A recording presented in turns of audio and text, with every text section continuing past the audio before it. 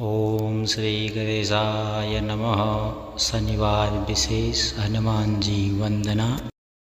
ओम मनोजवं मारुततुल्यवेगं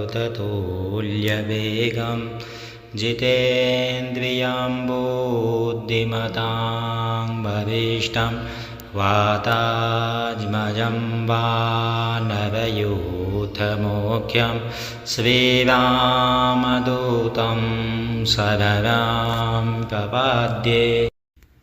यत्र यत्र रघुनाथकीर्तनं तत्र तत्र कृतमस्तकाञ्जलिं बाष्पवारिपरिपूर्णालोचनं मारुतिं नमत राक्षसान्तकम्। अतुलितबलधामं हेमशैलाभदेहं धनुजवनकृशानुं ज्ञानिनाग्रगण्यं सकलगुणनिधानं वानराणामधीशं रघुपतिप्रियभक्तं वातजातं नमामि। बुद्धिबलं यशोधैर्यं निर्भयत्वमरोगिता अजारम्यं वाक्पटुत्वं च हनुमत्स्मरणाद् भवेत्। शान्तं शाश्वतप्रमेयमनघं निर्वाणशान्तिप्रदं ब्रह्मा शम्भुफणीन्द्रसेव्यमनिशं वेदान्तवेद्यं विभुं रामाख्यं जगदीश्वरं सुरगुरुं मायामनूष्यं हरिं वन्देऽहं करुणाकरं रघुवरं भूपालचूडामणिं। नान्यास्पृहा रघुपते हृदये स्मदीये सत्यं वदामि च भवान् किलान्तरात्मा। भक्तिं प्रयच्छ रघुपुङ्गवने भराम्ये कामादिदोषरहितां कुरु मानसं च। अञ्जनानन्दनं वीरं जानकीशोकनाशनं कपीशं क्षमहन्तारं वन्दे लङ्काभयङ्करम्। गोष्पदीकृतवराशीमशकीकृतराक्षसां रामाय महामालारत्नं वन्दे नीलात्मजम्। ॐ मनोजवं मारुततुल्यवेगं जितेन्द्रियं बुद्धिमतां वरिष्ठं वातात्मजं वानरयूथमुख्यं श्रीरामदूतं शरणं प्रपद्ये। यत्र यत्र रघुनाथकीर्तनं तत्र तत्र कृतमस्तकाञ्जलिं बाष्पवारिपरिपूर्णालोचनं मारुतिं नमत राक्षसान्तकम्। अतुलितबलधामं हेमशैलाभदेहं धनुजवनकृशानुं ज्ञानिनाग्रगण्यं सकलगुणनिधानं वानराणामधीशं रघुपतिप्रियभक्तं वातजातं नमामि। बुद्धिबलं यशोधैर्यं निर्भयत्वमरोगिता अजारम्यं वाक्पटुत्वं च हनुमतिस्मरणाद् भवेत्। शान्तं शाश्वतप्रमेयमनघं निर्वाणशान्तिप्रदं ब्रह्मा शम्भुफणीन्द्रसेव्यमनिशं वेदान्तवेद्यं विभुं रामाख्यं जगदीश्वरं सुरगुरुं मायामनूष्यं हरिं वन्देऽहं करुणाकरं रघुवरं भूपालचूडामणिं। नान्यास्पृहा रघुपते हृदये स्मदीये सत्यं वदामि च भवान् किलान्तरात्मा। भक्तिं प्रयच्छ रघुपुङ्गवने भराम्ये कामादिदोषरहितां कुरु मानसं च। अञ्जनानन्दनं वीरं जानकी शोकनाशनं कपीशं क्षमहन्तारं वन्दे लङ्काभयङ्करम्। गोष्पदीकृतवराशीं मशकीकृतराक्षसां रामाय महामालारत्नं वन्दे नीलात्मजम्। ॐ मनोजवं मारुततुल्यवेगं जितेन्द्रियं बुद्धिमतां वरिष्ठं वातात्मजं वानरयूथमुख्यं श्रीरामदूतं शरणं प्रपद्ये। यत्र यत्र रघुनाथकीर्तनं तत्र तत्र कृतमस्तकाञ्जलिं बाष्पवारिपरिपूर्णालोचनं मारुतिं नमत राक्षसान्तकम्। अतुलितबलधामं हेमशैलाभदेहं धनुजवनकृशानुं ज्ञानिनाग्रगण्यं सकलगुणनिधानं वानरामधीशं रघुपतिप्रियभक्तं वातजातं नमामि। बुद्धिबलं यशोधैर्यं निर्भयत्वमरोगिता अजारण्यं वाक्पटुत्वं च हनुमतिस्मरणाद् भवेत्। शान्तं शाश्वतप्रमेयमनघं निर्वाणशान्तिप्रदं ब्रह्मा शम्भुफणीन्द्रसेव्यमनिशं वेदान्तवेद्यं विभुं रामाख्यं जगदीश्वरं सुरगुरुं मायामनूष्यं हरिं वन्देऽहं करुणाकरं रघुवरं भूपालचूडामणिं। नान्यास्पृहा रघुपते हृदये स्मदीये सत्यं वदामि च भवान् किलान्तरात्मा।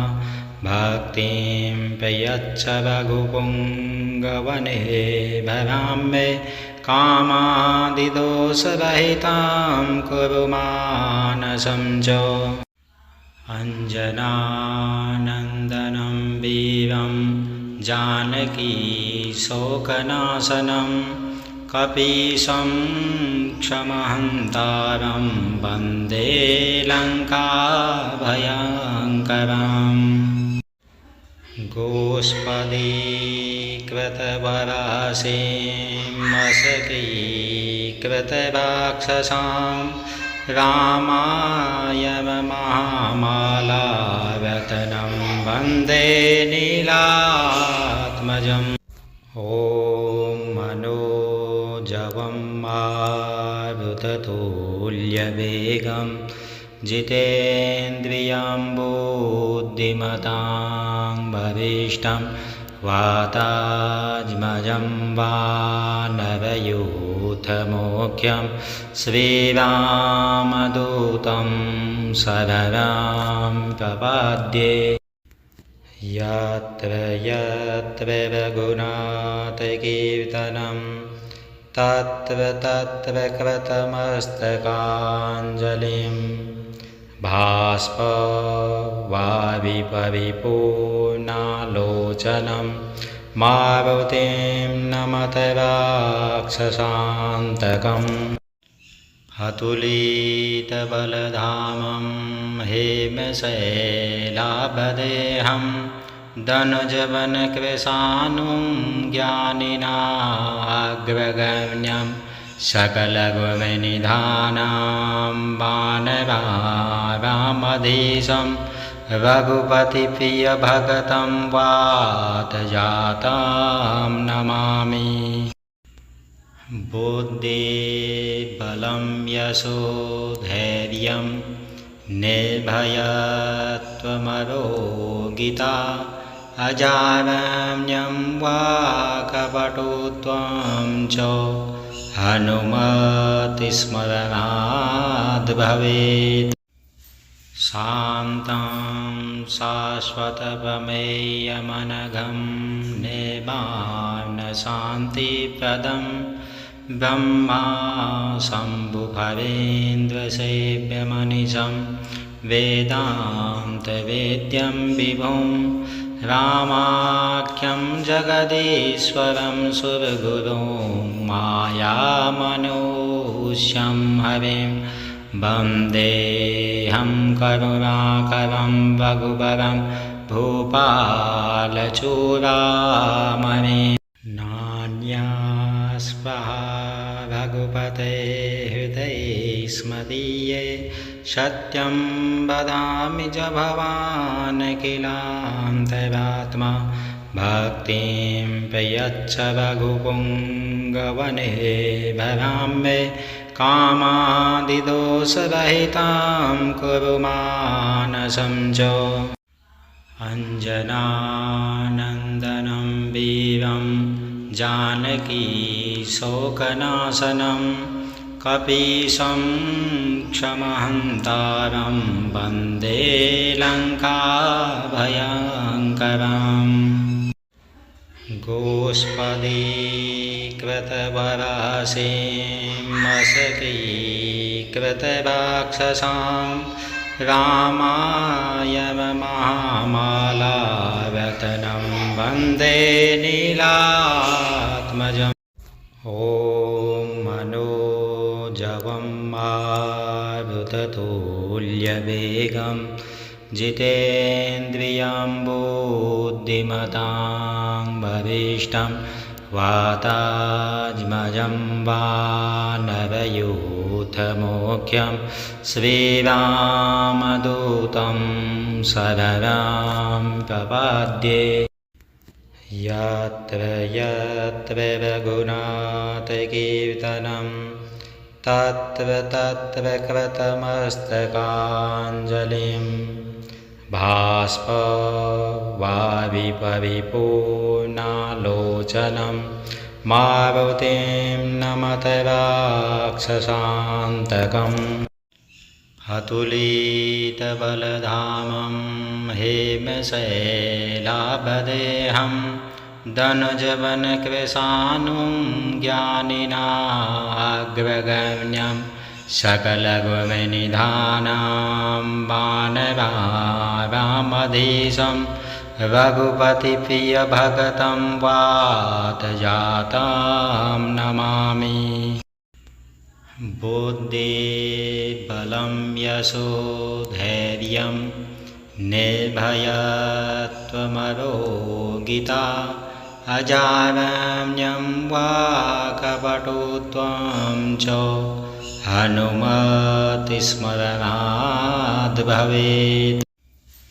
शान्तं शाश्वतप्रमेयमनघं निर्वाणशान्तिप्रदं ब्रह्मा शम्भुफरेन्द्रसेव्यमनिशं वेदान्तवेद्यं विभुं रामाख्यं जगदीश्वरं सुरगुरुं मायामनोष्यं हरिं वन्देऽहं करुणाकरं रघुवरं भूपालचूडामणिं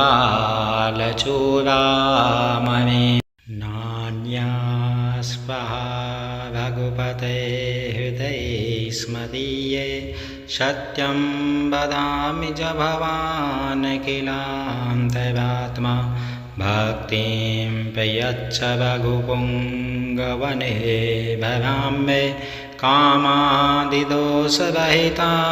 कुरु मानसं च अञ्जनानन्दनं वीरं जानकी शोकनाशनं कपीशं क्षमहन्तारं वन्दे लङ्काभयङ्करम्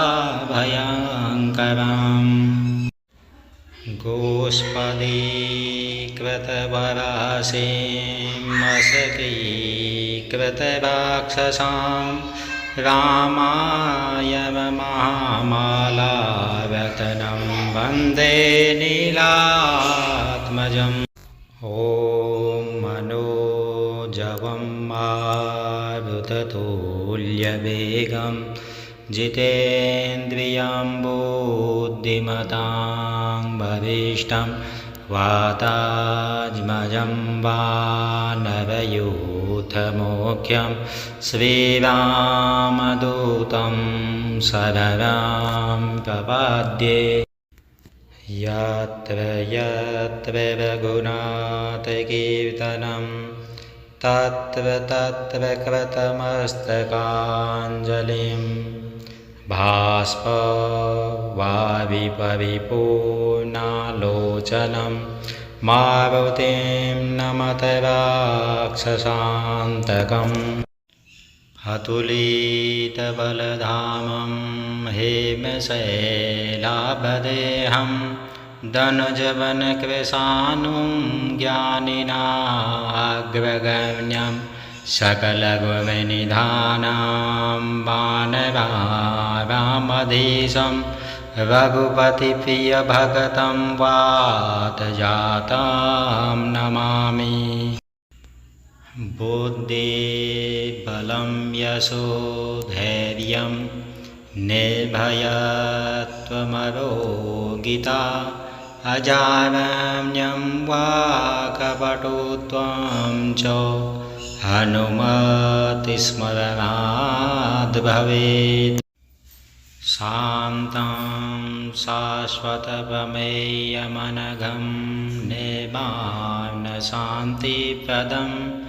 ब्रह्मा शम्भुफरेन्द्रसेव्यमनिशं वेदान्तवेद्यं विभुं रामाख्यं जगदीश्वरं सुरगुरुं मायामनोष्यं हरिं वन्देऽहं करुणाकरं रघुवरं भूपालचूडामणिं नान्यास्पृहा रघुपते हृदये स्मदीये सत्यं वदामि च भवान् किलान्तरात्मा भक्तिं प्रयच्छ रघुपुङ्गवने भराम्ये कामादिदोषरहितां कुरु मानसं च अञ्जनानन्दनं वीरं जानकी शोकनाशनं कपीशं क्षमहन्तारं वन्दे लङ्काभयङ्करम् गोष्पदीकृतवराशीमसकीकृतराक्षसां रामाय महामालारत्नं वन्दे नीलात्मजम्